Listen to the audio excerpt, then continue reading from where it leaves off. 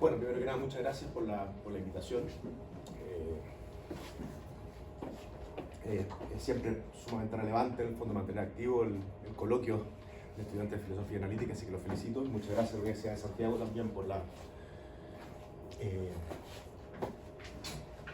organización y apoyo de este tipo de eventos. Bien, voy a hablar sobre un tema bastante técnico y complejo. Algunos y algunas de los que están presentes han escuchado hace poco esto, una versión de esto, recientemente en el Coloquio Internacional de la Asociación Latinoamericana de Filosofía Analítica. Pero este es un tema que me interesa porque se nutre en términos ya biográficos personales de dos fuentes. Una, mi interés en la filosofía de la percepción, y otro, mi interés, ¿no es cierto?, en discusiones históricas respecto de causalidad, particularmente en la obra de Hume. Y es un intento pragmático, ¿no es cierto?, destinado a hacer compatibles ambos intereses. Y tiene que ver con lo siguiente, tiene que ver con esta afirmación. No voy a entrar en términos exegéticos a trabajar Hume porque eso nos demoraría muchísimo, pero tiene que ver con esta idea, ¿no es cierto?, fundamental que está presente tanto en el Tratado de la Naturaleza Humana como en la investigación sobre el conocimiento humano de Hume, según la cual, desde una perspectiva de lo que podemos detectar, percibir, ver o representar visualmente, voy a utilizar por el momento de manera equitativa todos estos términos, la causalidad, en realidad no observamos esta relación. Lo único que podemos detectar sobre la base de nuestra experiencia son relaciones de prioridad temporal de aquellos eventos que denominamos causas y relaciones de espacio-tiempo, de contiguidad espacio-temporal, a partir de la cual surge esta suerte de relación de segundo orden que es la conjunción constante. La conjunción constante surge cuando en innumerables oportunidades hemos tenido la experiencia de eventos de la clase A anticipando a eventos de la clase B en relaciones de espacialidad y contigüidad. Y yo me pregunté si es que existía hoy una discusión interesante que volviera a replantear estos términos y volviera a preguntarse si es posible percibir, sobre todo con énfasis en la modalidad visual, o representar visualmente una relación como la causalidad. Y llegué a una discusión que me ha estado interesando últimamente, y este es el esquema de la presentación. Es una presentación extensa, pero trataré de hacerla más comprimida en pro de la organización, que es una discusión que hay hoy en día entre conservadores y liberales, nuevamente no en un sentido político. Francisco, en su presentación, respecto de qué clase de propiedades son admisibles en una experiencia perceptiva. Ya voy a explicar qué significa exactamente esto. Y me voy a preguntar si es posible, efectivamente, que nosotros percibamos causalidad, contra toda la intuición, sobre todo contra toda la intuición de aquellos que fuimos criados en una tradición más bien escéptica, o si ustedes quieren, antirrealista, incluso respecto de la causalidad. Y detecté dos argumentos sumamente importantes, uno proveniente de la psicología experimental, ya clásico, de Albert Michot, en su investigación sistemática y experimental, con más de 350, 400 experimentos, en el fondo en condiciones de laboratorio, en la cual Michot se pregunta desde un punto de vista de la psicología experimental si es posible percibir la causalidad. Y una segunda investigación que ya no tiene su origen en la psicología experimental, sino que tiene su origen en la filosofía de la mente contemporánea, particularmente en el trabajo de Susanna Siegel. Ahí yo cito un texto en particular, se llama The Contents of Perception, los contenidos de la experiencia, que es traducido también por Laura Pérez en la UNAM. Pero también ha trabajado Susanna Siegel este tópico en al menos 2 artículos e indirectamente en su reciente libro que se llama The Rationality of Experience, la racionalidad de la experiencia.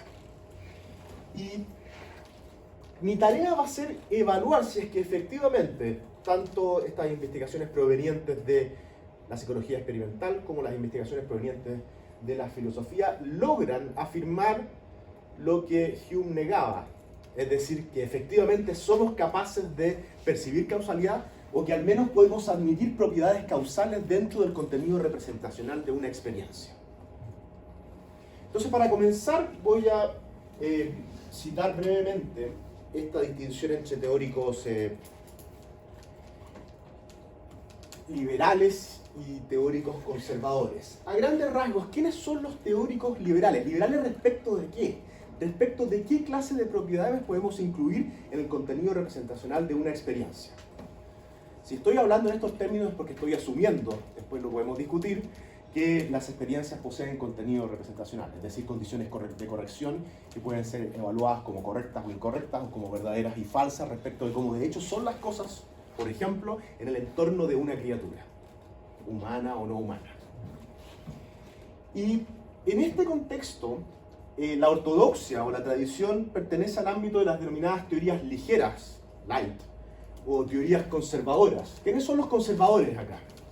Los conservadores son, aún no me atrevo a decir somos, aquellos que creen que solamente propiedades de nivel inferior son admisibles en el contenido representacional de una experiencia. ¿A qué me refiero con propiedades de nivel inferior? Bueno, las propiedades que clásicamente la filosofía y la psicología incorporan en sus análisis del contenido experiencial. Color, textura, movimiento. Clásicos ejemplos de propiedades de nivel inferior. ¿Quiénes son los liberales o quienes sustentan que tenemos que admitir propiedades de segundo orden o ricas en el contenido de la experiencia? Bueno, aquellos que sostienen que no solamente somos capaces de representar colores, formas, texturas, movimiento, iluminación, sino que debemos admitir en los contenidos de la experiencia, por ejemplo, propiedades de clase natural, ser un tigre, ser un pino. Por ejemplo, yo veo que hay un pino en el entorno, a lo lejos. Y los teóricos liberales creen que eso es parte del contenido representacional de mi experiencia. Perceptiva, no es algo que yo simplemente juzgo o creo sobre la base de mi experiencia. Propiedades artefactuales, el ser una bicicleta o el ser un computador puede ser considerado una propiedad artefactual. Propiedades morales, el ser malo. Teóricos, ¿no es cierto?, del intuicionismo moral contemporáneo con base naturalista, que sostienen que yo, por ejemplo, puedo ver la maldad de una acción directamente, tal cual como veo colores, texturas y formas. Propiedades estéticas, ver la belleza de una obra de arte. Propiedades relacionales como, por ejemplo, la disolubilidad de un cubo de azúcar en el agua. Clásico ejemplo. O incluso propiedades relacionales como ¿cuál? Como la causalidad. Tenemos gente como John Searle, que de manera diversa, o Susana Searle, en la historia han defendido esta idea de que nuestra experiencia es rica, que el contenido de nuestra percepción es rico. Ahora, ¿en qué se sustenta la distinción entre propiedades de nivel inferior y propiedades de nivel superior? Uno abre los textos de psicología, uno abre los textos de filosofía y simplemente encuentra enumeraciones que apelan a la intuición. Ah, claro, una forma, un color es algo primitivo, pero ver que A causó B o ver que A es más alto que B es algo que es de nivel superior o algo bastante más complejo. Pero ¿en qué se sustenta la distinción más allá de esto intuitivo? Hay varios criterios, pero podemos detectar, por ejemplo, 3. Que las propiedades inferiores son computadas por la visión temprana, tanto por humanos como por otros animales. Detrás de esto está esta idea de que los seres humanos somos cognitivamente superiores que otras especies de animales. Y por ejemplo, podemos manipular representaciones de la memoria de trabajo y podemos categorizar. Entonces, los humanos podemos ver que A es más alto que B, no así un mamífero no humano, por ejemplo. Las propiedades superiores serían perceptibles en virtud de nuestra capacidad para percibir propiedades de nivel inferior. Es decir, si somos ciegos frente a colores, formas, texturas, vamos a ser ciegos ipso facto respecto de propiedades de nivel superior. No podemos ver que algo es un tigre o verlo como un tigre, literalmente, si no tenemos una capacidad originaria más básica de representar ciertas formas, colores, texturas, movimiento, iluminación. Y mucha gente dice que la gran mayoría de las propiedades que figuran en una impresión instantánea de una escena, esto es una descripción cuasi fenomenológica rica, no son propiedades de nivel inferior. Por ejemplo, si yo a cualquiera de ustedes le pregunto ahora qué están observando, me van a responder en términos de la inclusión de propiedades de nivel superior. Por ejemplo, bueno, Francisco, estoy observando que hay un computador sobre la mesa que tiene la función de auxiliarte en tu presentación. Se van a ocupar en el fondo expresiones que apelan a la existencia de propiedades de nivel superior. O veo que un bus pasa en este momento sobre la calle. También estoy apelando a propiedades de nivel superior para dar cuenta de cómo son las cosas para mí en este momento. Todo esto apunta a qué? A que hay algo así como una relación de dependencia psicológica, asimétrica, de índole causal y fenomenológica entre las propiedades de nivel superior y propiedades de nivel inferior.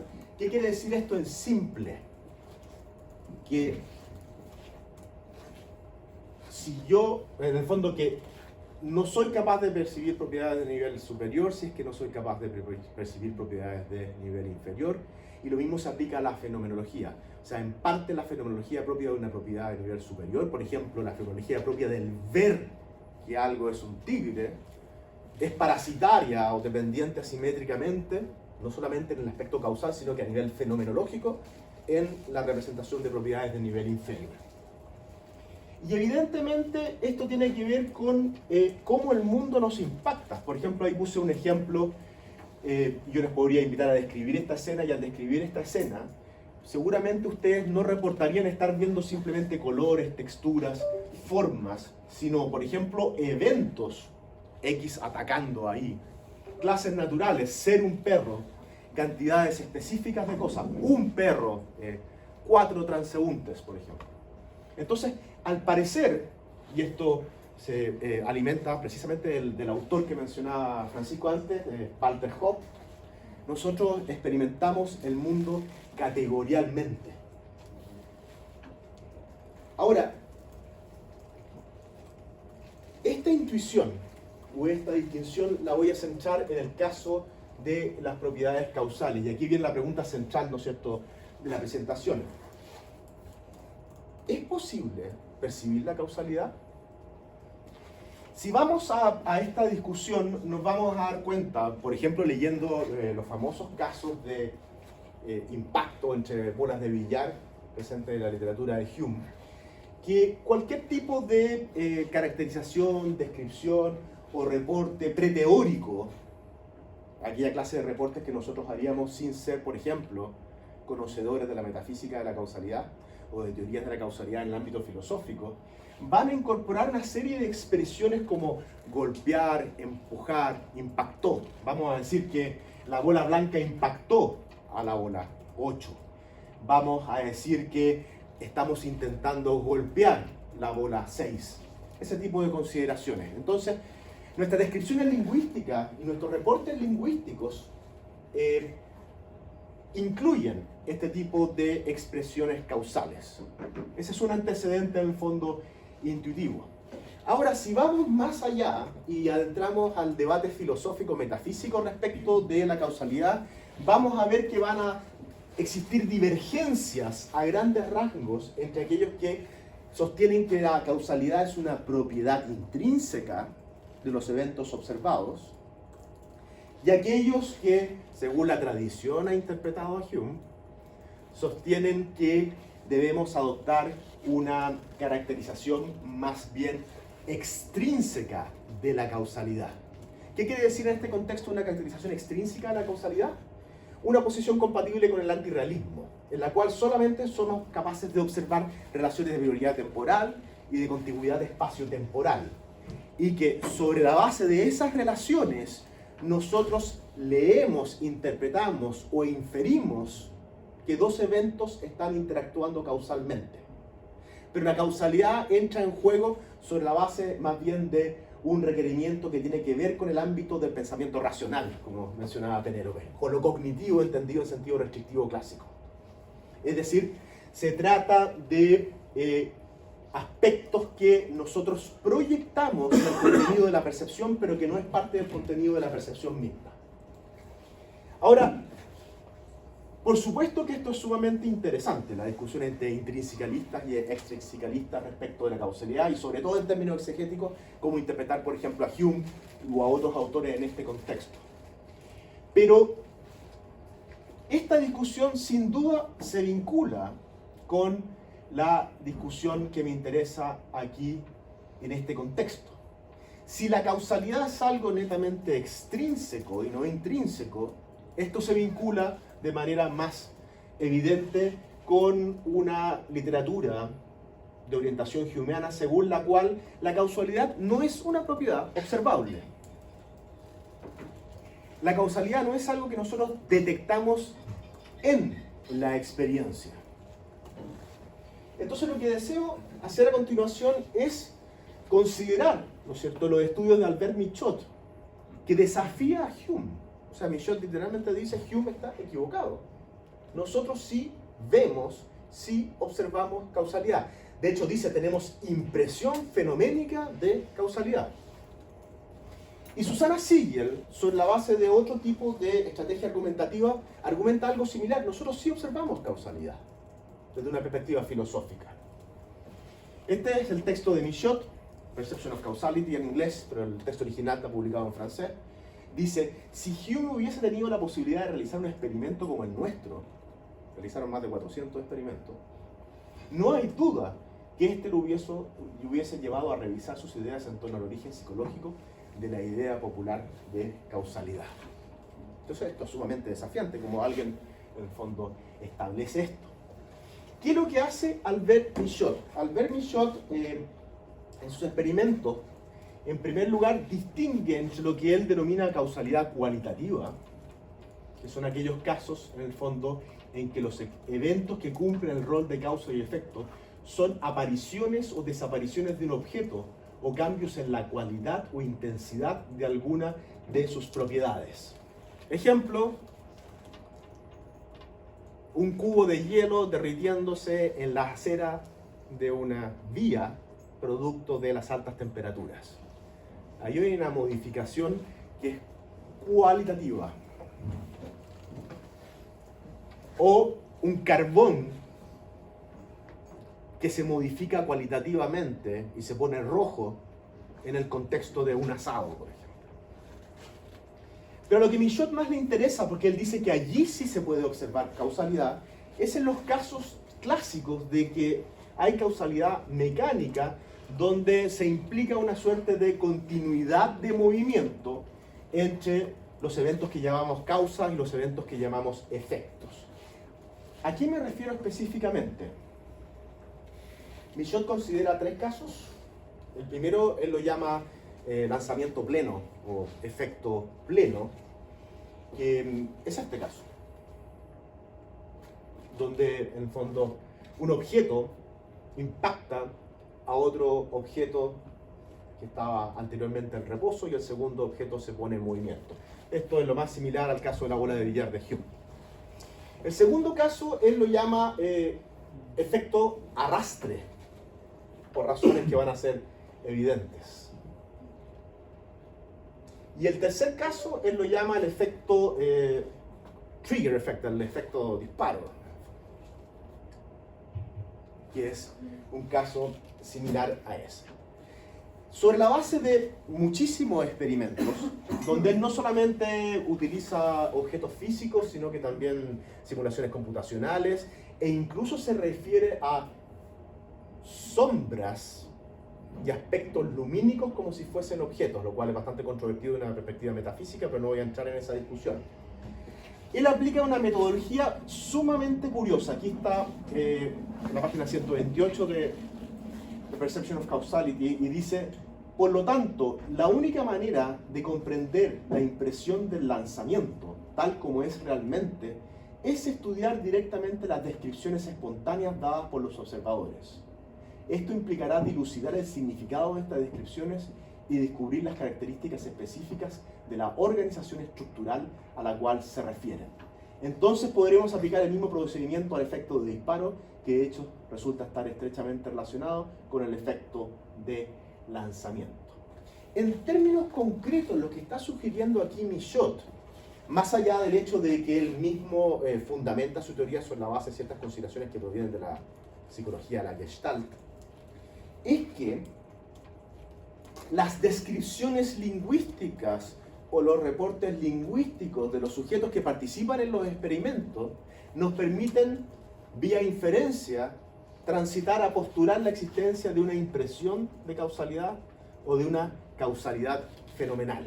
Es decir, lo que hace Michaud es hacer participar a una serie de observadores en experimentos y concluir sobre la base de sus reportes verbales, que evidentemente incluyen expresiones de índole causal, la existencia a nivel sensorial, a nivel de lo que se nos manifiesta perceptivamente, de una impresión de causalidad. Esto, si es que me la compran, es altamente controvertido. ¿Controvertido en qué sentido? En que la mera existencia de descripciones lingüísticas que incluyen expresiones de índole causal o que integran constitutivamente conceptos de índole causal es claramente insuficiente como criterio a la hora de evaluar lo que efectivamente nuestras experiencias representan en términos estrictamente sensoriales. ¿Por qué, dirán ustedes? Bueno, hay una amplia tradición sobre la cual podríamos discutir. En el contexto de discusiones contemporáneas podríamos citar a autores como Michael Tai, como Fred Fretsky y otros que dicen que básicamente lo que procesamos a nivel de la percepción, tanto a nivel consciente como inconsciente, tiene un anclaje filogenético muy duro y de alguna manera estamos cableados filogenéticamente para procesar información de cierta clase, y esta información no incluye propiedades de nivel superior. Lo que sucede es que sobre la base de experiencias que solamente incluyen propiedades de nivel inferior, nosotros utilizamos descripciones lingüísticas o conceptualizamos utilizando propiedades de nivel superior. Pero esto no tiene nada que ver con el contenido de la experiencia, sino que más bien con el contenido de lo que podríamos llamar creencia, juicio, pensamiento, etc.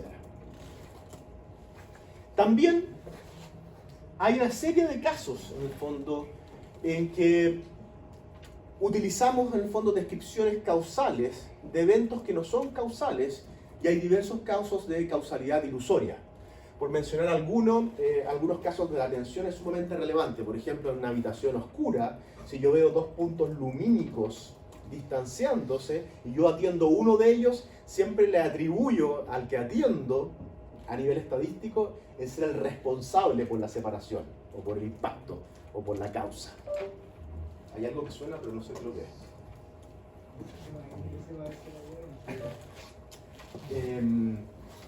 Bien. Segundo, hay compatibilidad con modelos que no admiten propiedades de nivel superior. Es decir, hay una serie de teóricos que podrían decir: a nosotros nos parece como si dos eventos estuviesen interactuando causalmente. Pero ese como si, o esa apariencia, se explica sobre la base, por ejemplo, de elementos cognitivos que no forman parte del contenido perceptivo. Entonces, el conservador o la conservadora solamente puede decir: no estamos representando nada más allá de las relaciones de prioridad temporal y contigüidad espacio-temporal, pero nos parece como si lo estuviésemos, porque posterior a un procesamiento de 150 milisegundos ya están en orden elementos cognitivos que nos llevan a juzgar que tal y tal es el caso.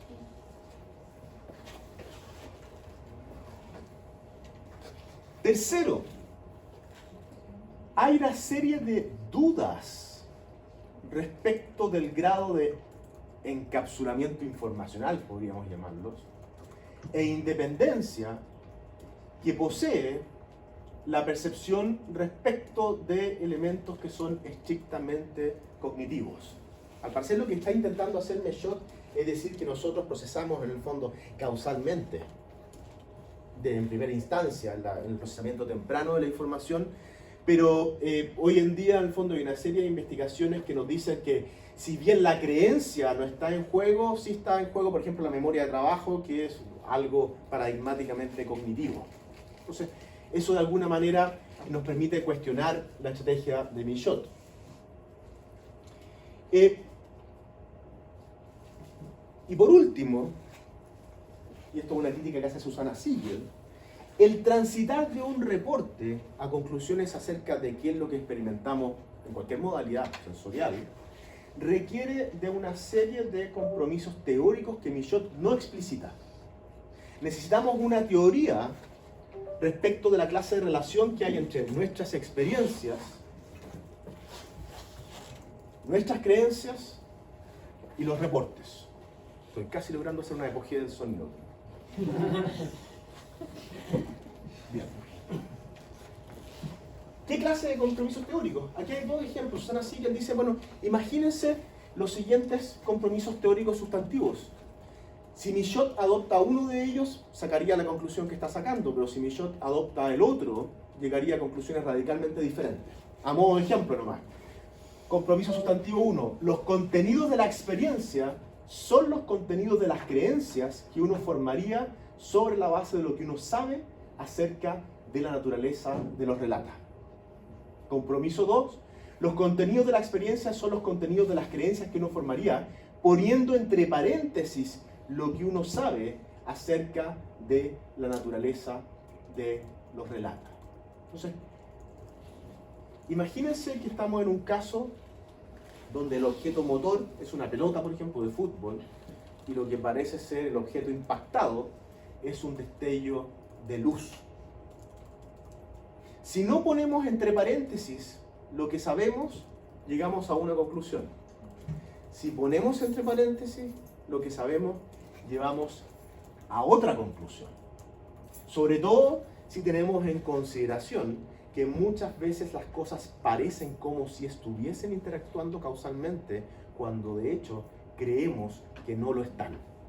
Por eso hablamos de representación de causalidad. Esto es análogo a lo que sucede, por ejemplo, en los casos de distanciamiento perceptivo entre el dominio doxástico y el dominio perceptivo, por ejemplo, ante una ilusión óptica. Nos parece como si hubiese un charco de agua en el desierto, pero no creemos que este sea el caso. Entonces el contenido de la creencia es uno, el contenido de la percepción es otro. Entonces, resumiendo un poco, dificultades para Michaud, parece ilegítimo, sin compromisos adicionales explícitos, transitar de observaciones respecto de qué es lo que somos capaces de reportar, o observaciones respecto de clases de objetos, de conceptos expresamos durante una experiencia, a conclusiones respecto de cuáles son los elementos constitutivos del contenido de una percepción. Susanna Siegel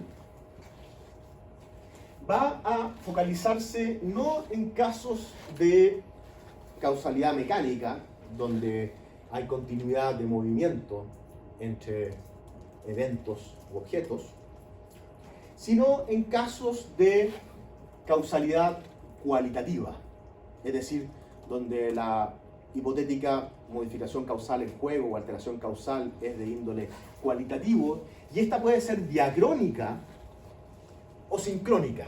Pueden haber cambios cualitativos simultáneos o cambios cualitativos que se dan a través del tiempo. Y para dar cuenta de la posibilidad de representar causalidad en los casos de causalidad cualitativa, ella va a utilizar un método que ya había utilizado en el contexto de otra discusión, que es una discusión respecto de si somos capaces de representar propiedades de clase natural, como ser un pino, ser un tigre, ser oro en la experiencia.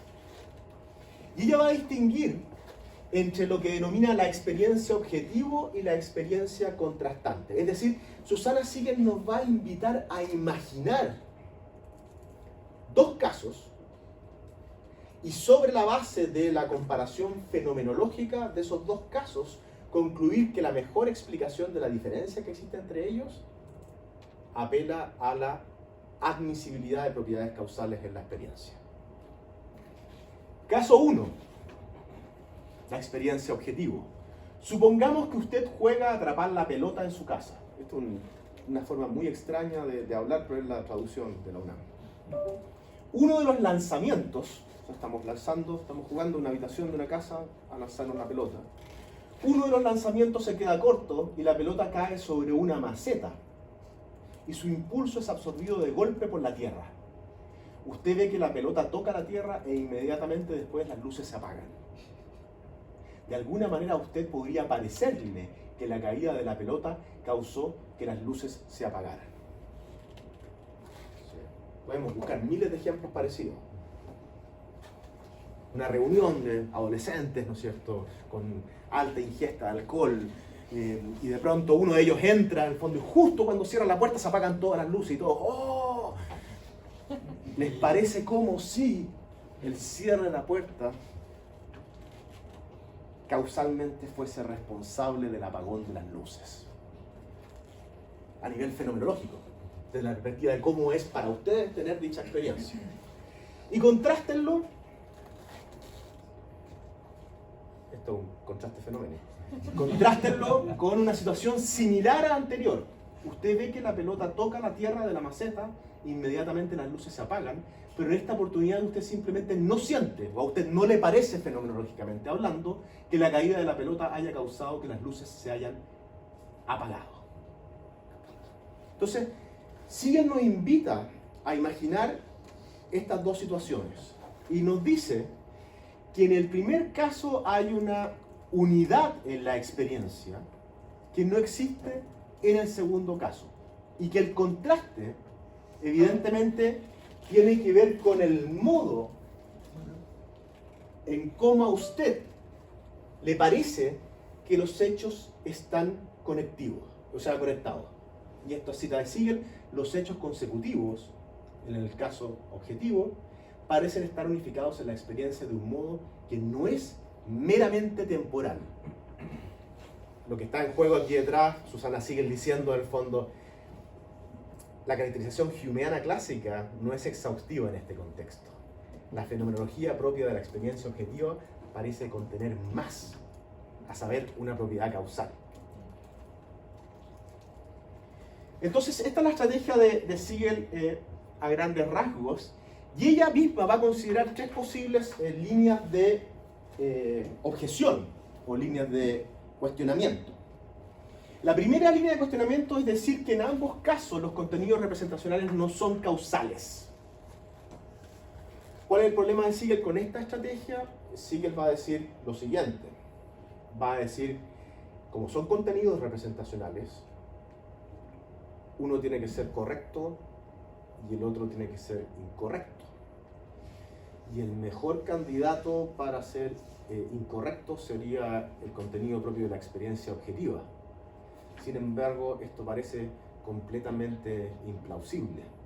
Si dejamos el contraste fenoménico a un lado y consideramos los pares con total independencia, desde un punto de vista intuitivo, nos parece que nada hay malo en dichas experiencias, y nos parece en el fondo que meramente sobre la base de consideraciones no causales no podríamos dar en el fondo una respuesta apropiada. Vamos con los qualia. Siegel dice, bueno, a ver, momento, quizás la diferencia tiene que ver con un raw field, es decir, el contenido de la percepción es un contenido de la percepción no causal, no incluye propiedades de nivel superior relacionales como la causalidad, sino que en el primer caso tenemos un contenido perceptual más un raw field, algo así como una necesidad sentida, a la cual apelaba Hume cuando estaba hablando de la asociación natural. Y en el segundo caso no hay un raw field o no hay un qualia. Interesante, una teoría del doble aspecto donde hay contenido más qualia en un caso contenido desprovisto de qualia en el segundo caso. Y Susana dice lo siguiente, pero momento, la conexión entre esa necesidad sentida o ese sentimiento bruto y el contenido representacional, aquí me voy a poner un muy técnico, y Sebastián quizás me puede adueñar, es de necesidad metafísica. Si es que yo quiero explicar la causalidad. Y si es de necesidad metafísica, es decir, cada vez que está ese raw field presente es porque hay cierta clase de contenido representacional, se pierde la motivación originaria para postular un contenido independiente. Es decir, se pierde la motivación originaria para hablar de un raw field o de una necesidad sentida como algo independiente de lo que está siendo representado. Porque vamos a hablar que en todos los mundos posibles están estos dos elementos presentes. Es tentador reducirlo. Y por último dice, bueno, quizás estamos en copresencia de, por una parte, un contenido perceptual y por otra parte, un contenido no perceptual. Los mejores candidatos para contenidos no perceptuales son las creencias. Pero Susana Siegel dice, ojo, en todos estos casos, yo estoy apelando a ejemplos en los cuales a nosotros nos parece como si la caída de la pelota y el apagón de luces estuviesen conectados causalmente. Pero no necesitamos creerlo. Es como cuando ustedes hacen clases de filosofía de la percepción, ya han visto la ilusión de Miller-Lyer 250 veces antes. Y bueno, pese a que no creen que una es más larga que la otra, les sigue pareciendo como si lo fuese. Y Siegel va a decir, bueno, creo que la primera estrategia es mala y las teorías del doble factor también son insuficientes. Y vía inferencia, la mejor explicación, dice, simplifiquemos las cosas. La mejor explicación de que el caso de causalidad cualitativa nos parezca como si estuviesen interactuando causalmente es porque lo representamos de esa manera. Nosotros representamos visualmente que el balón causó el apagón de luces. Y como es un contenido, ese contenido es incorrecto. Es decir, no solamente representamos formas, colores, texturas, movimientos, sino que dentro del contenido mismo de la percepción figura la causalidad. Como figura la bondad para los intuicionistas éticos, como figura en el fondo la belleza para algunos realistas perceptivos de las propiedades estéticas, etc. Bien, aquí hay una serie de dificultades.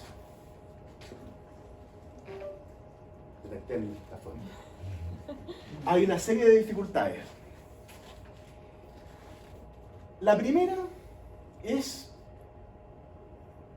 la carencia de plausibilidad empírica, o llamémosla insuficiencia empírica. Esta es una denuncia que hace Helen Beebe, que es una teórica de la causalidad y también especialista en Hume, que dice que no es tan claro que efectivamente seamos capaces de imaginar situaciones como la experiencia objetiva y la experiencia contrastante.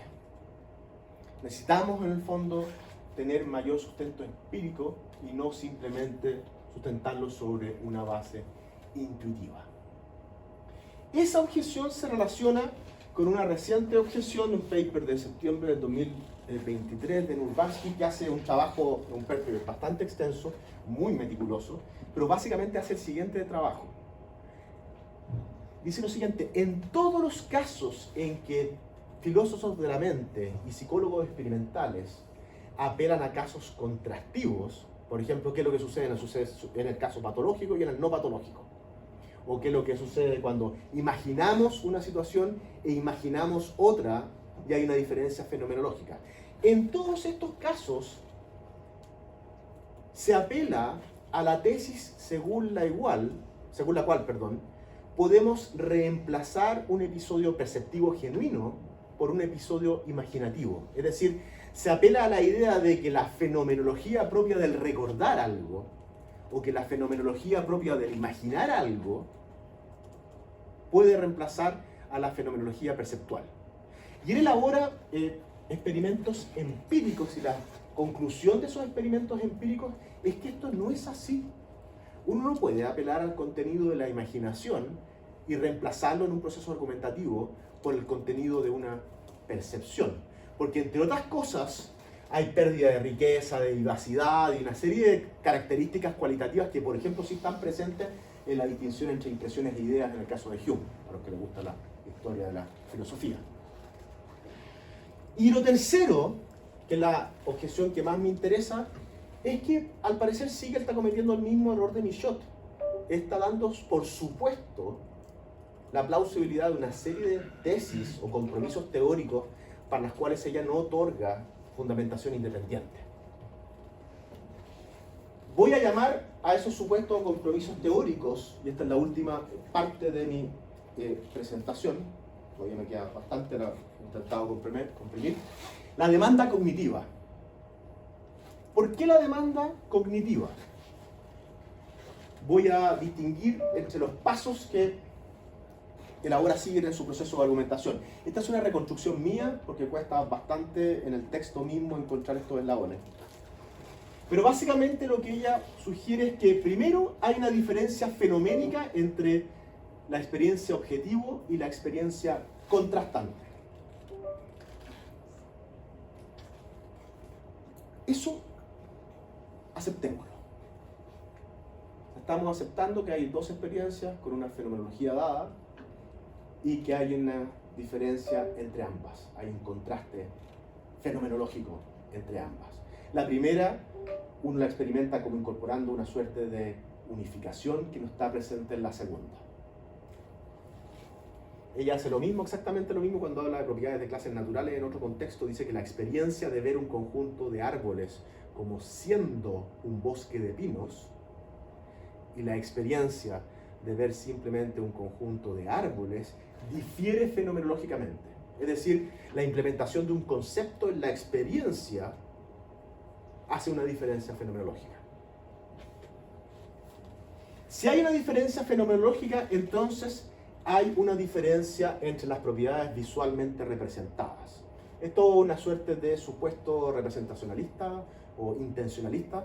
Para los que no están familiarizados con esta discusión, básicamente el intencionalista o el representacionalista respecto del carácter fenoménico de una experiencia, es decir, respecto de cómo es para el organismo encontrarse en una experiencia de una clase en particular, desde el punto de vista cualitativo y subjetivo, se explica sobre la base de su contenido representacional. Se explica en distintos grados. El grado más débil es una relación de superveniencia. No hay modificación en el carácter fenoménico de una experiencia si no hay modificación en el contenido representacional. Y por supuesto, la relación más fuerte es la de identidad. O sea, la fenomenología de toda experiencia perceptiva, en este caso en la modalidad visual, se agota en el contenido representacional de la misma. Si hay una diferencia entre las propiedades visualmente representadas, se trata de una diferencia de propiedades de nivel inferior.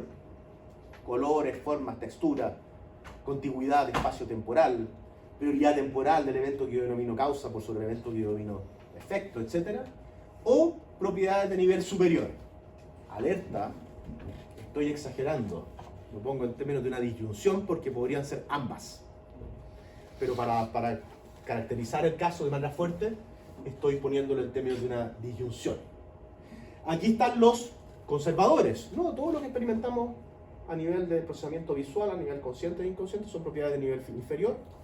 Por supuesto que podemos tener pensamientos, juicios, creencias que incluyen conceptos y expresiones de propiedades de nivel superior, pero eso tiene que ver con un ámbito inferencial cognitivo. Y el liberal, no. En el contenido de la percepción está la propiedad causal. 4. La diferencia en términos de propiedades de nivel superior ofrece la mejor explicación de la diferencia que existe entre el caso objetivo y el contrastante. Por lo tanto, hay una diferencia en términos de propiedades de nivel superior que están siendo representadas. En el primer caso, estamos representando una interacción causal entre objetos. En el segundo caso, no estamos representando interacción causal entre objetos. Y eso explica la diferencia fenomenológica. Eso explica que en el primer caso nuestra experiencia la sentimos como unificada, en el segundo caso no lo sentimos de esa manera.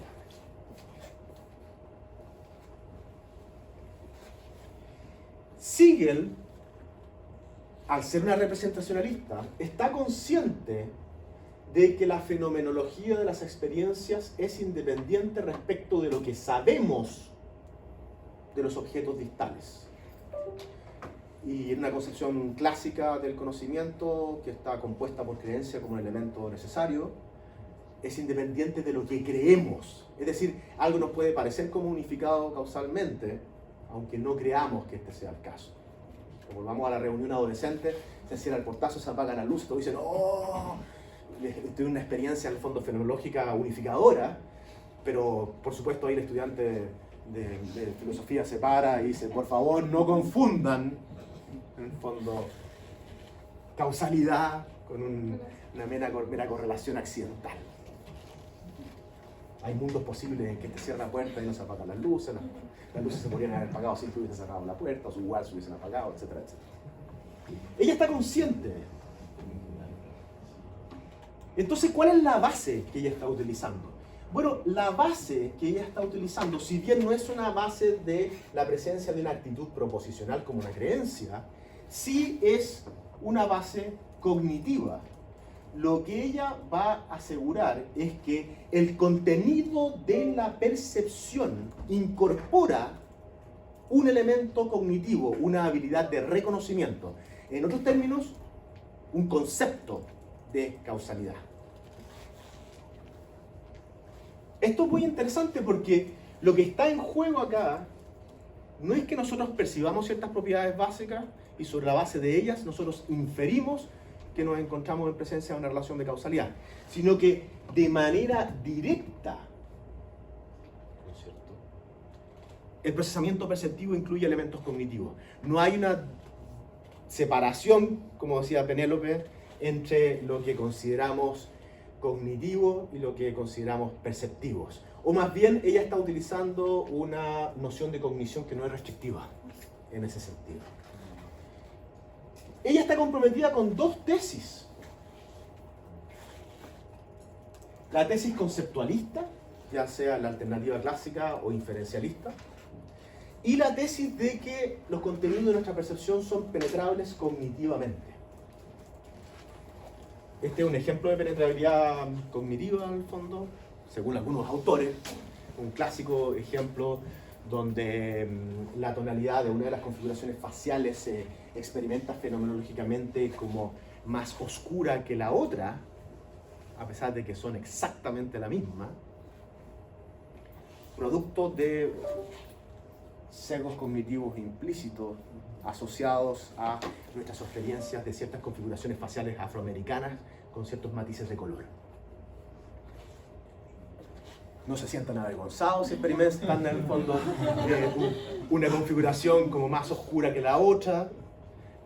Nadie los va a tildar de racistas, ni de clasistas, ni de discriminadores, sino que hay múltiples explicaciones de este fenómeno, pero que de hecho hay una diferencia fenomenológica y tenemos que dar una explicación de esa diferencia fenomenológica. Y una de las explicaciones de esa diferencia fenomenológica, que es muy interesante, es que hay penetrabilidad cognitiva. Es decir, nuestra creencia de que ciertas configuraciones faciales se asocian a ciertos matices de colores es tan fuerte que no solamente me llevan a creer que tal y tal es el caso, sino que modifican la fenomenología propia de mi experiencia. Vamos al conceptualismo. Siegel estaría defendiendo la tesis de que los contenidos de la percepción son conceptuales. ¿Por qué?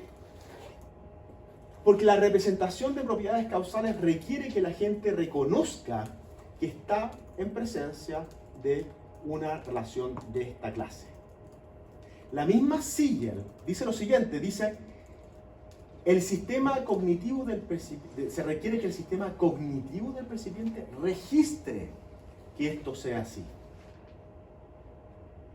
Esto implica la existencia, cito a Siegel nuevamente, de cierto tipo de representación memorística y cierto tipo de insumo perceptual, de tal manera que el insumo corresponde con la representación memorística.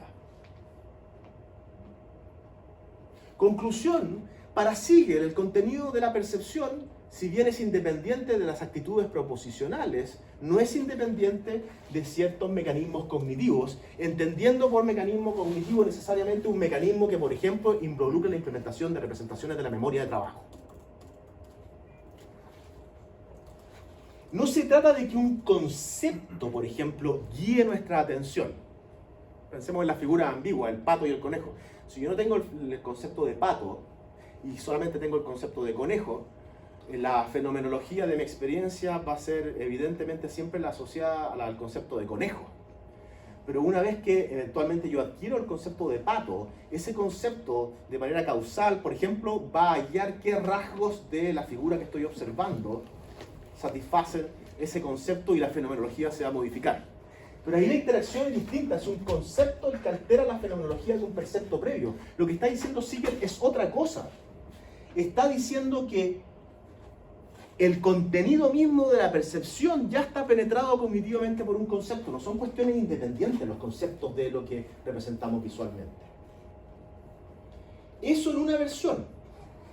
En otra versión, más reciente, en The Rationality of Experience, ella está diciendo que los estados psicológicos de nivel personal, por ejemplo, las creencias, los deseos, etc., tienen un rol en la etiología de nuestras experiencias visuales. O en otros términos, nuestras experiencias visuales y sus contenidos están modelados inferencialmente.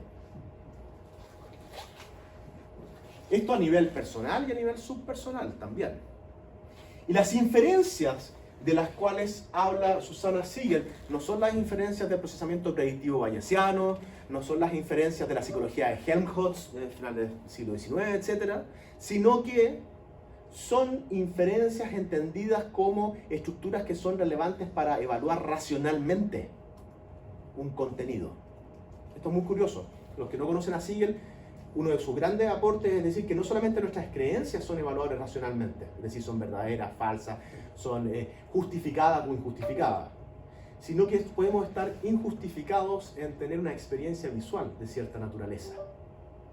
¿En qué sentido? En sentido de que si nuestras creencias permean y penetran cognitivamente el contenido de nuestras percepciones, la etiología de una experiencia puede ser defectuosa. Por ejemplo, puede estar fundada en sesgos raciales, en sesgos de clase, en otro tipo de sesgos que la alteran. Las experiencias que son penetradas cognitivamente, entonces, son concebidas como resultados de inferencias que pueden ser personales o implícitas, subpersonales, lo cual se asemeja a los defensores de una hipótesis psicológica que se llama el esquema causal, según la cual todas las representaciones que especifican una interacción causal han tenido lugar son el resultado de inferencias basadas en información provista por la memoria de largo plazo. O sea, la memoria de largo plazo, aunque Siegel la menciona en un par de pasajes, y la memoria de trabajo son claves, en el sentido de que lo que está reconociendo en ese contexto Susanna Siegel es que su perspectiva respecto a los contenidos de la percepción es, llamémosla, cognitivista, pero no ha dado argumentos respecto de por qué es cognitivista, ni menos por qué aceptar esta tesis de la penetrabilidad cognitiva. La tesis de la penetrabilidad cognitiva es la tesis que a grandes rasgos dice que estados mentales diferentes a la percepción, creencias, deseos, o sus elementos constitutivos, por ejemplo los conceptos, son capaces de alterar el procesamiento temprano de información y alterar la fenomenología de la experiencia. ¿Qué desafíos o qué problemas veo yo en la postura de contraste fenoménico de Siegel, aparte de la insuficiencia empírica denunciada por Bibby, aparte de la imposibilidad de suplantar elementos perceptivos por imaginativos que denuncia Kurbacki? Es que, bueno, Siegel no ha proporcionado información adicional para aceptar que el contenido de la percepción es conceptual en este contexto, y tampoco ha dicho por qué tenemos que aceptar que la penetrabilidad cognitiva, en el caso de la causalidad, es algo aceptable. Pero además, hay información que va hacia el otro lado. Hay una serie de experimentos empíricos, ¿no es cierto? Por ejemplo, con paradigmas de habituación en niños de 6 años. No voy a entrar en detalle específico, pero básicamente la intuición es que podemos atribuirles a infantes de 6 meses la posibilidad de representar interacciones causales sin que entren en juego elementos cognitivos. O incluso hay autores, nosotros tuvimos en Alberto Hurtado un grupo de lectura el año pasado sobre el último libro de Ned Block. Hay autores que dicen que hay formas de categorización no perceptual, por más extraño que suele esa aseveración. Es decir, que hay formas de categorizar el mundo sumamente primitivas que no requieren de la implementación de representaciones de la memoria de trabajo. Y si esto es así, en el fondo, hay formas mucho menos demandantes de hacer la pega que sí él quiere hacer. Entonces, para ir culminando, mi propósito no es defender, o sea, mi propósito en este momento es meramente negativo, es tomar a Michaud y tomar a Siegel y decir que hay elementos que son claramente insuficientes en ambas propuestas. Lo que falta por delante es lo más importante, trabajar en una propuesta positiva. Algunas ideas tengo que podemos comentar en las preguntas quizás. Entonces mi propósito no es defender formas radicales de encapsulamiento informacional o propuestas de categorización perceptual. Solamente me interesa señalar que la metodología fenomenológica específica de Siegel es problemática por sí misma e insuficiente si lo que deseamos es zanjar un debate más fundamental y determinante, a saber, el debate en torno a los límites de la cognición y la percepción. Su enfoque se funda en fenómenos como la penetrabilidad cognitiva de los contenidos por parte de conceptos e inferencias sin otorgar evidencia satisfactoria, y de hecho su metodología subjetiva, intuitiva más bien, en ningún caso nos permite descartar modelos que no poseen las demandas cognitivas que ella exige. Y con esto podemos concluir lo siguiente. Hume sostuvo que la causalidad simplemente no es una propiedad observable o detectable en la experiencia, y esto es consistente, ¿no es cierto?, con una perspectiva conservadora, donde solamente representamos propiedades de nivel inferior. Hemos visto que hay intentos por cuestionar la ortodoxia humeana tanto en el ámbito de la psicología experimental de Michaud como en el ámbito filosófico. La psicología experimental de Michaud no nos permite establecer lo que buscábamos. Y si bien la propuesta de Siegel puede ser interpretada como un avance, su propuesta contiene demandas cognitivas altamente demandantes.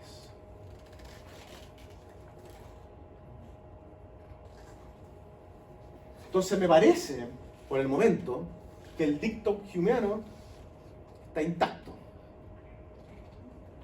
Ojo que el dictum humeano es un dictum respecto de qué es lo que podemos observar o detectar sobre la base de nuestra experiencia. No es un dictum respecto de si hay o no necesidad.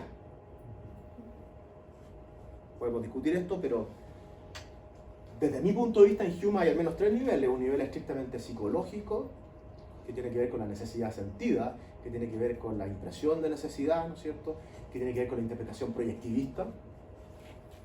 Hay un dominio que es estrictamente filosófico, que es el del humeanismo de la regularidad. Solamente observamos relaciones de propiedad temporal y contigüidad espacio-temporal, nada más. Ya en un dominio que Hume supone, pero no puede concebir con claridad la experiencia, que es el dominio de supuestos poderes, causas que no son desconocidas, que están más allá de los límites de la experiencia. Pero esto es consistente. Hume dice, no detectamos la causalidad. Pienso yo que sería interesante, ¿no es cierto?, abrir la posibilidad de debilitar posiciones como la de Siegel y eventualmente evaluar que hay una diferencia entre etapas de procesamiento temprano de la información visual y etapas de procesamiento tardío. Hay una serie de criterios que nos permitirían diferenciar entre estas etapas, criterios funcionales, criterios de arquitectura, criterios temporales, criterios en el fondo neurofisiológicos, etc. Y que efectivamente la cognición sí juega un rol, pero no en la percepción temprana. Esto nos permitiría, a mi juicio, pero no lo voy a explorar acá, rescatar la intuición de que en ocasiones eventos nos parecen como si estuviesen unificados causalmente, respetando la fenomenología, pero sin comprometernos con la necesidad de propiedades causales o propiedades de nivel superior, por lo menos en lo que llamaríamos etapas de procesamiento temprano.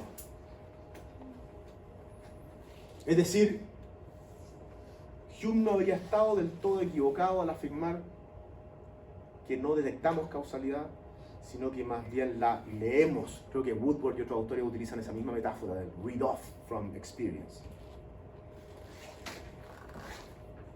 Bien, muchas gracias.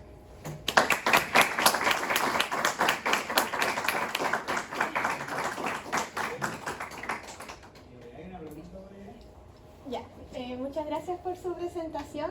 Tengo dos preguntas, sobre todo desde la total ignorancia, con respecto a algunos estudios empíricos. Mi pregunta es si estos dos ejemplos de estudios empíricos podrían de alguna manera ayudar a desenmarañar el embrollo, digamos, de si uno percibe o no causalidad, o más bien puede, y yo creo que uno siempre puede llegar a ser compatibilista con todo, porque en filosofía siempre sacamos la carta de reconceptualizar. Entonces, siempre es difícil, pero en fin. La primera tiene que ver con cuando usted mencionó que se puede atribuir a infantes de 6 meses capacidad de organizar percepto atencional. Si es que usted sabe, si es que a los 6 uno puede hacer eso, ¿qué pasa a los 8 a 12 meses cuando uno adquiere permanencia del objeto piagetiano? Por ejemplo, si uno pasa de no entender en el peekaboo o en estoy aquí o no estoy aquí, que si yo no percibo las cosas desaparecen, a entender que siguen ahí. Y eso tiene también un rol en la causalidad, porque hay cosas que yo no veo que yo igual puedo atribuir causalidad. Entonces, si niños de 6 meses pueden tener esos perceptos, ¿qué pasa en la permanencia del objeto después? Y si el estudio de esa permanencia del objeto podría dar luces acerca de cómo uno llega a percibir o entender de alguna manera más conceptual la causalidad. Eso es con respecto al desarrollo, psicología del desarrollo. Y en el caso... Nos quedamos ahí para sí, elaborar eso ya. Primero. No estoy familiarizado en profundidad, por tanto te contesto desde la ignorancia también respecto a Piaget específicamente, y qué entiende exactamente permanencia del objeto. Permanencia del objeto. ¿Cómo lo estás El entendiendo? objeto permanece ahí incluso si yo no lo veo. Es la diferencia entre cuando uno juega con los infantes a taparse la cara, sí, y los niños se sorprenden, allá no sorprenderse por entender que el mundo sigue ahí aunque yo no lo percibo, a menos que uno se ponga pedante filosófico, pero los niños chicos no hacen eso. Entonces la permanencia del objeto es un hito del desarrollo cognitivo humano, por eso me parece interesante y no sé si se puede ayudar. La permanencia del objeto tiene directamente que ver con los experimentos tipo Sperling y otros, donde se levanta un telón y no hay sorpresa porque el infante de alguna manera ya suponía que había un objeto tras el telón. Perfecto, mira, dos cuestiones con eso. Los experimentos empíricos que menciono, donde se utilizan instrumentalmente como forma de postular, en el fondo, prácticamente mecanismos tempranos de procesamiento de propiedades causales que no requieren de la cognición. Se basan se nutren de la evidencia que nosotros poseemos para, por una parte, la representación visual de colores, donde se ha demostrado, Bloch lo cita bastante y se basa en otros estudios de que infantes de 6 meses tienen capacidades discriminatorias bastante interesantes, pese a que aún no tienen conceptos de color. Entendiendo por concepto una representación de la memoria de trabajo o algo que está incluido en la red neuronal global, a la DAGEN, etc. O sea, eso por un lado. Se nutren de eso y se basan en el siguiente paradigma. Son niños que son habituados primero a interacciones donde básicamente un objeto en causalidad mecánica golpea a otro que está en reposo y hay continuidad temporal, la interacción es inmediata. Y en el segundo caso hay un objeto que golpea a otro, pero aquí hay un gap o una brecha temporal importante. Entonces, la intuición es que si solamente lo que está en juego son propiedades de nivel inferior como la contigüidad espacio-temporal y la propiedad temporal de la causa sobre el efecto, es decir, temporalidad, uno tendría que ser experimentado como causal y no el otro. Y lo que se hace en estos experimentos es que se habitúa a los niños en estos experimentos y después se revierte el paradigma. El orden, en el fondo, es el objeto de acá que vuelve para acá y golpea al que sale para acá. Y sobre la base de los resultados, en el fondo estadísticos de las observaciones o de la actitud de sorpresa de esos niños, se infiere en el fondo que lo que está en juego aquí no es meramente temporal, sino que tendría que haber otro tipo de propiedad causal en juego. Esa es una inferencia muy controvertida, pero es una de las inferencias. Bueno, y otro tipo de inferencia, no las mencioné acá, pero hay estudios en insectos, y hay estudios en el fondo en animales no humanos que apuntan al mismo hecho. Ahora, ¿qué pasa después?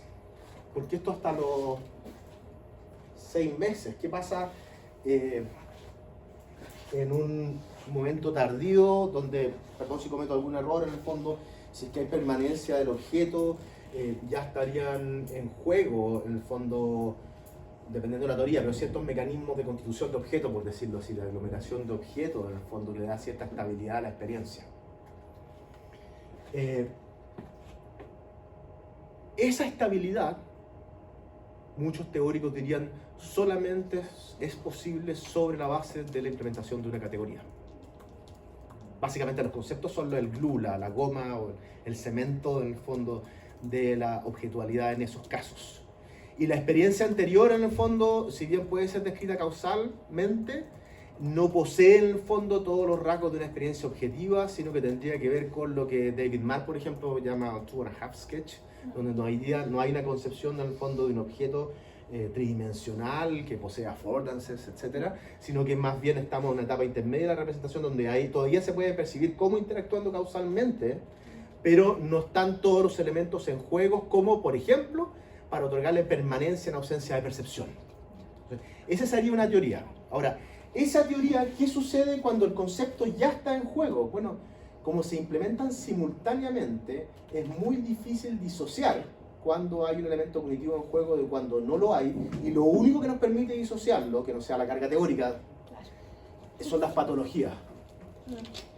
Sí, esa es mi segunda pregunta. Exacto, en el fondo, estoy especulando, ¿no? En el fondo, un sujeto en el fondo que sufre daño en área, no sé, en corteza parietal inferior derecha, en los mecanismos atencionales, etc., es capaz de experimentar eventos como unificados causalmente, en ausencia, por ejemplo, de un concepto o algo de ese tipo.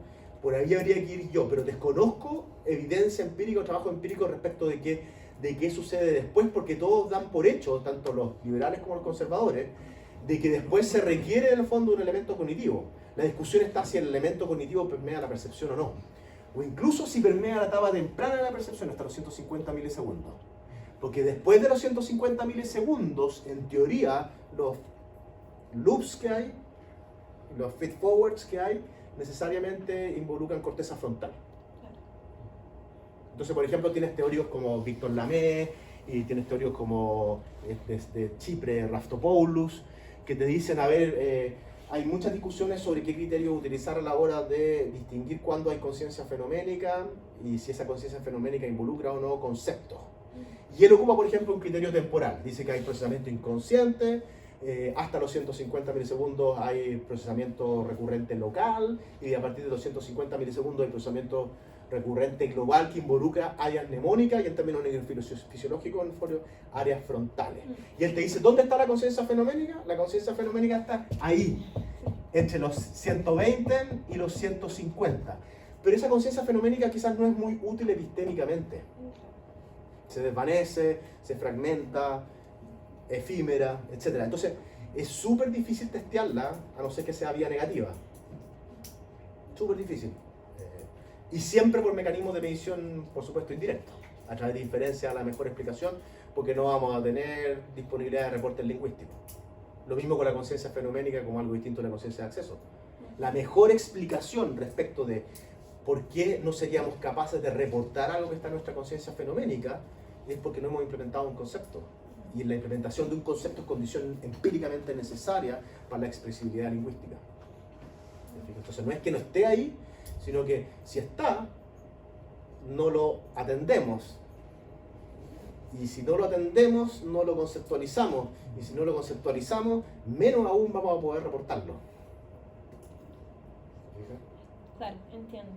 Es que la segunda pregunta tenía que ver específicamente con qué pasa en casos que todos los pacientes neuropsicológicos y neuropsiquiátricos también sirven siempre de contraejemplo, pero uno también puede decir, bueno ya, pero aunque existan esos casos, yo no tengo por qué llegar a negar lo otro en casos de cognición neurotípica, se podría decir. Claro. Entonces me pregunto, por ejemplo, considerando que el estudio del continuo entre afantasía e hiperfantasía, por ejemplo, está igual todavía en pañales, si es que lo pienso en términos de que Hume consideraba que lo que uno hacía era como una tendencia, la tendencia mental que teníamos a hacerlo. No lo vemos, pero tendemos mentalmente. A mí me llama la atención qué significaba en esa época tendencia mental, y cuando uno considera en tendencias mentales, se imagina en adultos neurotípicos, en mentes parlantes y en mentes icónicas a las personas que no piensan, digamos, tanto en lenguaje, sino más bien en iconos, digamos. Entonces me pregunto si, por ejemplo, los estudios de las diferencias individuales entre la hiperfantasía y la afantasía, y como un continuo, digamos, también podrían o no dar luces acerca de qué estamos percibiendo como causalidad, digamos. Quiero decir luces como complementación, pero nunca resolución, porque ahí, claro, ontológicamente escéptica. Mira, dos cosas, básicamente no te puedo contestar porque son preguntas muy complejas, pero tengo por un lado evidentemente estudios sobre estas habilidades para imaginar, en el fondo, para formar imágenes, en términos generales, con una fantasía hoy. Pueden ser relevantes como parte de una teoría que intenta explicar en qué consiste exactamente algo así como una anticipación inferencial acerca del futuro y lo no observado y la fenomenología asociada. O sea, Hume mismo lo dice en el fondo, cuando realizamos inferencias causales, la fuente de esta inferencia no es el entendimiento, sino que es la costumbre, y la costumbre opera de manera inevitable, la podemos incluso caracterizar en términos funcionales, no requiere acceso reflexivo, simplemente se impone. Bueno, eventualmente lo que se impone es, por ejemplo, una imagen mental. Y si se impone una imagen mental, esa imagen mental tendría que ver con lo que sucede a nivel fenomenológico, porque yo siento dos eventos como unificados. Es porque estoy habituado a ellos. Y esa habituación genera algo así como la implementación de una imagen, ojo, a nivel consciente o inconsciente, depende del formato. ¿Y qué sucedería con un sujeto que no tiene la capacidad de formar imágenes, en el fondo? ¿Podría realizar predicciones causales? Sí, evidentemente que sí, pero la fenomenología asociada sería completamente diferente. Podría ser algo así como un científico apático, ¿no es cierto?, que realizara inferencias, pero no sintiera nada, no sintiera necesidad, que fuera caminando por la calle y observara que un bus del Transantiago va a golpear a un niño en el centro de la calzada, al fondo, y realizara la inferencia, pero no tuviera ninguna fenomenología asociada a la predicción. ¿Por qué no? Porque no están operando esos mecanismos que tienen que ver con la imaginación. O sea, creo que podrían jugar un rol, pero desconozco lo específico, ¿no? Sí. Muchas gracias. De nada, no. ¿Hay otra pregunta por allá? Sí.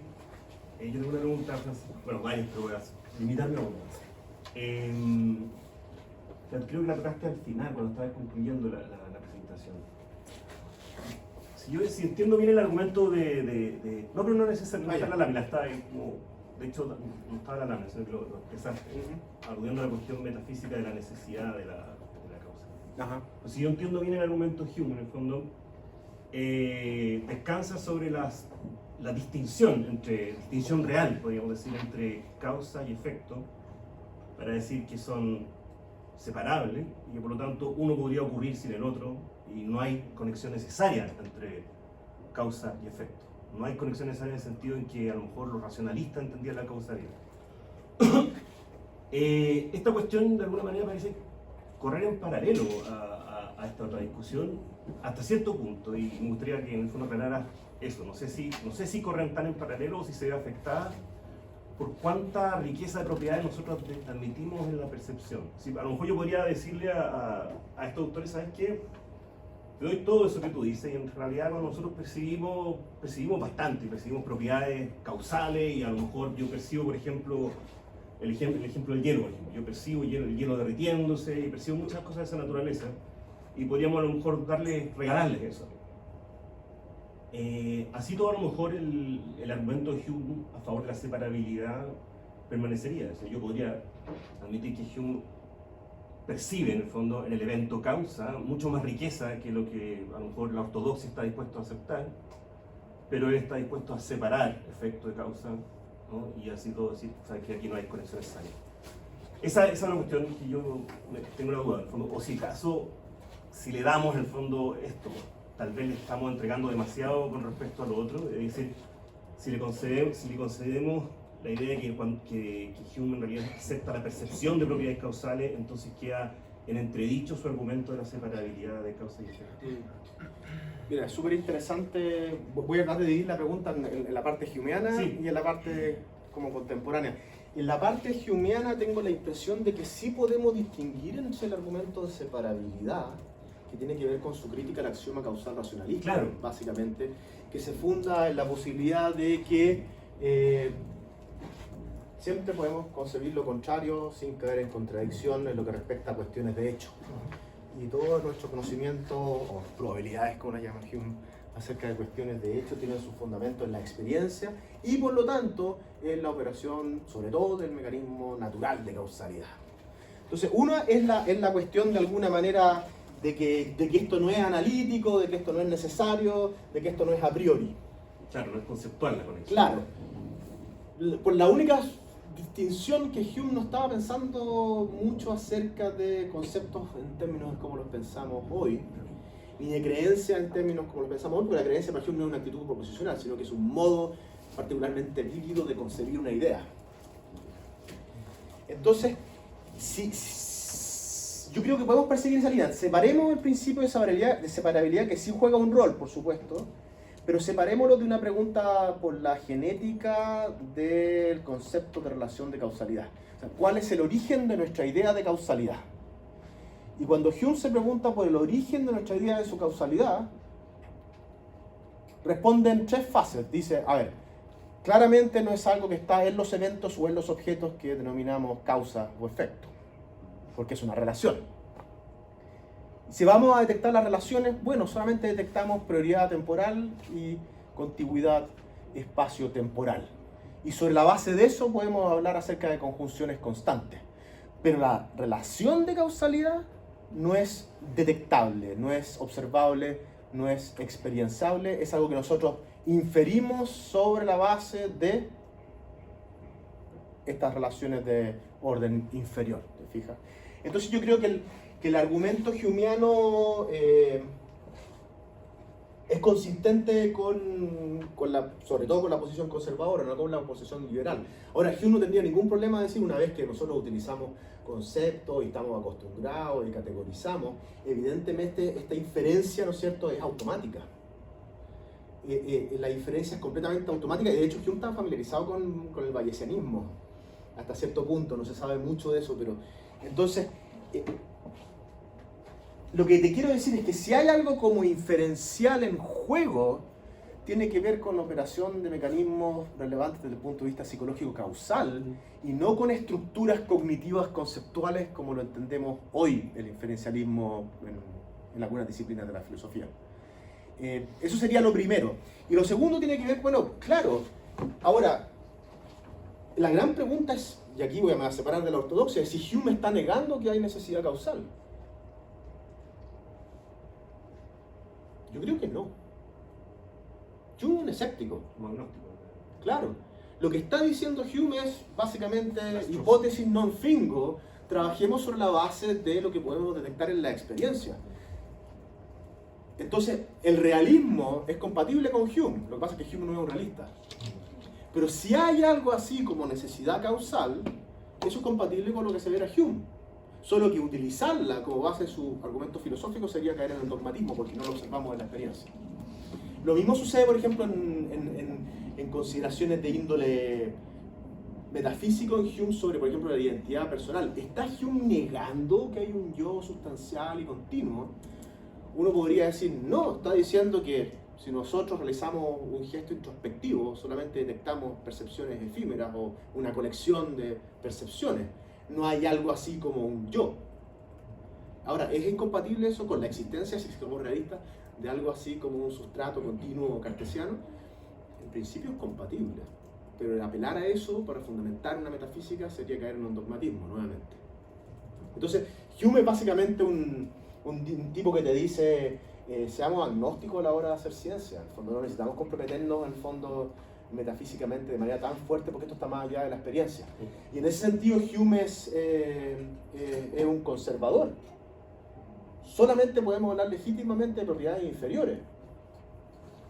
Si estas propiedades inferiores en el fondo reflejan leyes de la naturaleza o algo más profundo, bueno, eso es otro tema, pero la experiencia no nos entrega eso. Entonces, yo creo que el humeanismo es básicamente una invitación a humildad epistémica, en términos metodológicos. No no tiene por qué interpretarse con una fuerza antimetafísica tan dura como se ha hecho. ¿Se fijan? Esa sería como mi respuesta. Entonces, cuando yo digo, claro, evidentemente si la causalidad es una propiedad intrínseca, debería ser detectable. Esa es como la intuición. Debería ser detectable en la experiencia. Y por eso que Hume se considera como el padre del extrinsicalismo, en el fondo. Es complicado, ¿no? Ahora, yo no sé cuáles son las intuiciones que tienen ustedes, porque, claro, yo he analizado dos argumentos, pero si yo le pregunto a cada uno de ustedes, en el fondo, ¿percibimos relaciones causales? Es que claro, yo creo que son cuestiones separadas, ¿no? Por supuesto que yo creo que no percibimos, o sea, este es el punto en realidad que está pensando. ¿Sí? Cuando Hume habla que él percibe causa y luego efecto, entonces su argumento de la separabilidad corre. ¿Cierto? Ahora puedo hacer zoom a causa, es decir, ¿qué tan rica es la percepción de este evento? ¿No? Si compuesto solo propiedades de un campo tan inferior. Sí. La pregunta es si acaso en realidad, si yo le concedo riqueza a esa percepción, ¿no? ¿Pone en jaque lo otro? Si estoy haciendo algo así como una distinción de razón entre causa y efecto, y por lo tanto no son realmente distintos cuando hablo de causa y efecto. Cuando algo así, como un evento rico, digamos, como a lo mejor incluso irreductible a cierta dimensión temporal, sino que tiene que tener una suerte de extensión. O sea, si fuese tan rico el evento Que no sería algo así como una relación entre distintos relatos, sino que tú dirías como... Ya, pero eso no sería volver al racionalismo, en este caso más bien perceptivo, como acceder perceptivamente a una riqueza tal en aquel evento que yo denomino causa, que ya está contenido ahí. O sea, que sería, la pregunta es si acaso Hume en el fondo estaría dispuesto a tratar causa y efecto como trata otras propiedades, ¿no? Que son como, que él dice que son inseparables, la forma y el color de un objeto, por ejemplo, ¿no? O la extensión y el color de un objeto. Pues, bueno, hay una distinción de razón, podríamos decir, algo por el estilo, pero no son separables, no son realmente distintos. Yo creo que Hume avanzaría hacia una distinción real en ese caso, porque las aseveraciones que él hace respecto de la posibilidad de un evento incausado... Claro, pero solo porque tiene causa por un lado y efecto por el otro. Lo que pasa es que causa y efecto a nivel conceptual ya están imbricados, pero si hablamos de evento incausado, causa, yo creo que hay sutilezas conceptuales que se pueden manipular ahí en el humeanismo, por decirlo así. Porque es distinto evaluar la proposición todo evento tiene una causa, como la proposición del fundamento, que la proposición todo efecto tiene una causa. Yo creo que Hume a la hora de evaluar la proposición todo efecto tiene una causa, diría no, ahí evidentemente en el fondo estamos en un ámbito donde hay articulación analítica, conceptual, y por tanto hay cierto grado de contención propia de la semántica de las expresiones que estamos ocupando. En cambio, cuando decimos todo evento tiene una causa, ahí diría algo así como, bueno, ahí no hay problema alguno, podemos perfectamente concebir un evento incausado porque no hay ningún tipo de relación necesaria en términos lógico-conceptuales involucrados. Porque son distintos. ¿Te fijas? Y estrictamente hablando, no debemos olvidar que Hume dice que los animales infieren. Y en ese contexto del siglo XVIII, en el fondo, evidentemente no se comprendía a los animales como instanciando algo así como una racionalidad conceptual propia de los seres humanos.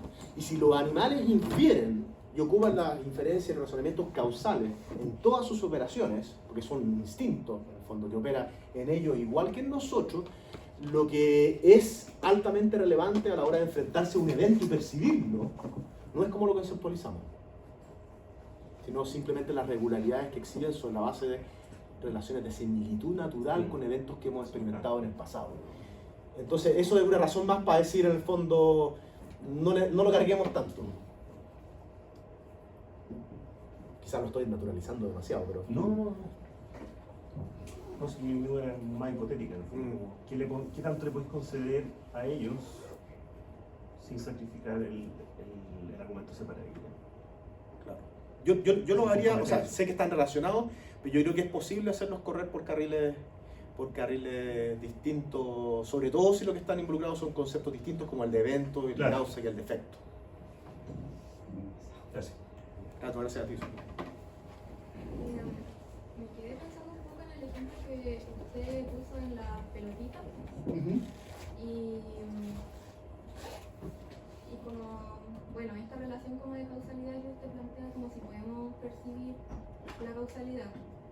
Pero no sé, si es que nosotros como que lo llevamos a la realidad, es como necesario si una pelotita empuja a otra, la pelotita va a moverse. Como ¿Necesario en qué sentido? necesario que sí o sí, o sea, ciertas condiciones de fuerza y física y todo, la pelotita se va a mover sí o sí. O sea, no puede existir que si yo con una pelotita, o sea, a menos que la pelotita sea más pesada, me refiero. Si es que esa pelotita verde fuera más pesada, no se movería. Pero si es que las pelotitas tuvieran ciertas condiciones, como... O sea, si fijamos las condiciones... Claro, si fijamos las condiciones, necesariamente...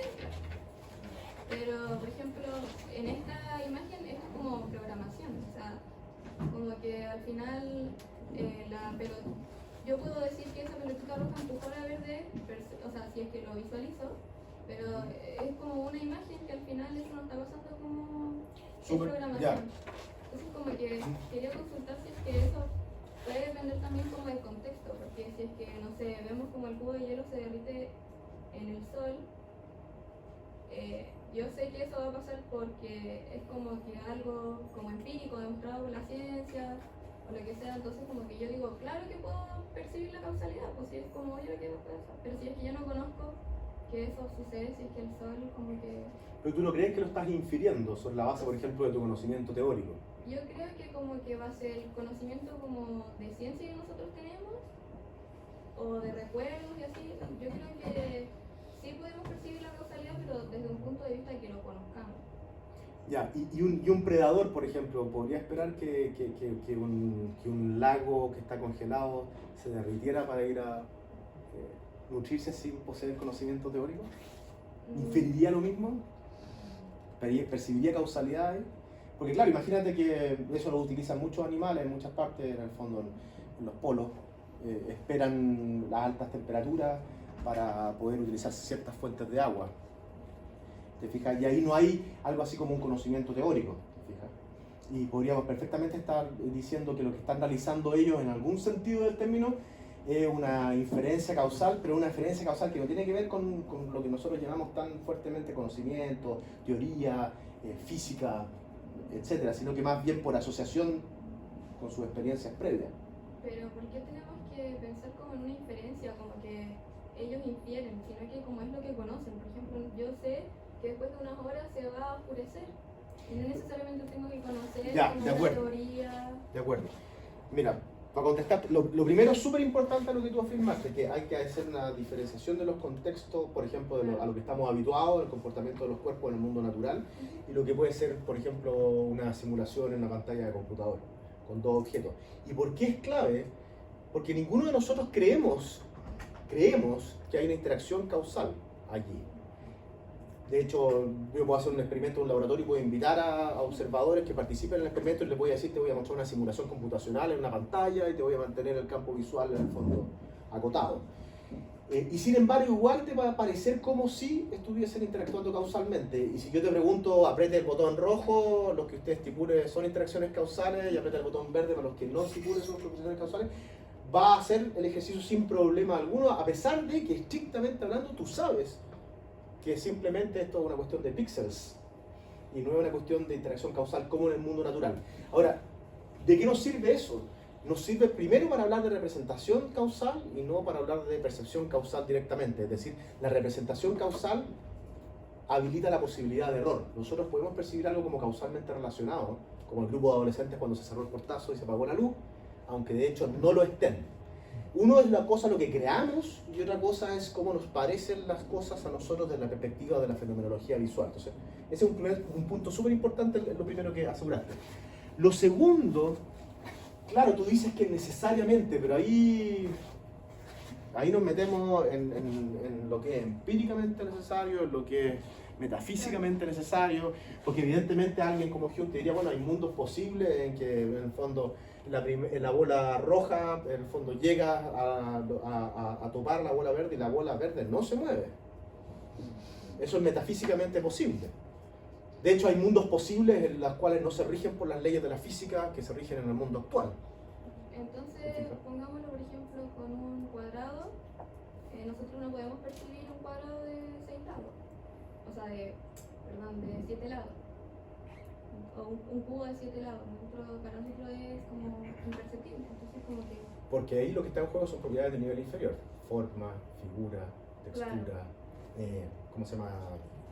Edges, como los bordes. ¿Te fijas? Entonces, tú podrías decir, claro, de alguna manera lo que podemos o no percibir en el fondo está constreñido por qué clases de propiedades básicas podemos experimentar. Sí. En cambio, la causalidad, al ser algo tan aparentemente tan rico, tan cognitivo, tan demandante, uno podría decir, tiene que ver con algo que es más de índole inferencial, más de índole cognitivo. Ahora, cuando tú hablas de causalidad, claro, tú sabes en el sentido de que infieres que algo va a suceder, pero básicamente lo que estás infiriendo no es un evento que estás observando, estás anticipándote al futuro, o estás hablando de lo que no observas. Entonces, no estás hablando de algo que está interactuando causalmente con tus ojos, con tus manos, con tus sentidos. Y en ese sentido es un salto audaz, por decirlo así, que parece que sobrepasa lo que de hecho estamos en este momento percibiendo. Entonces ahí habría que, para contestar bien tu pregunta, habría que ver qué estás entendiendo con necesidad. Una suerte de necesidad psicológica que tú crees que evidentemente esto va a suceder, una suerte de necesidad lógica, una suerte de necesidad metafísica, si hay mundo posible donde esto no sea el caso, o una suerte de necesidad empírica, de epistémica, de acuerdo a todas las leyes que conocemos y cómo se comportan los cuerpos en la naturaleza, esto necesariamente va a ser así. ¿Me fijas? Yo puedo perfectamente concebir que viajo de Santiago a Valparaíso a 1200 km por hora. Eso es metafísicamente posible, epistémicamente posible, económicamente implausible. Pero gracias. Gracias. Bien, bueno, muchas gracias.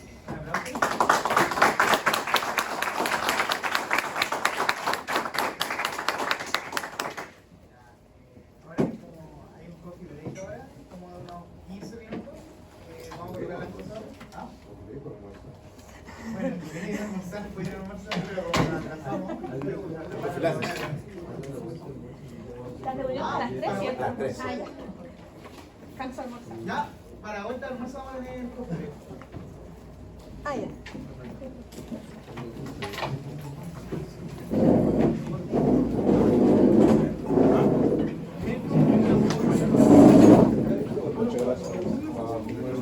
Gracias, Juan.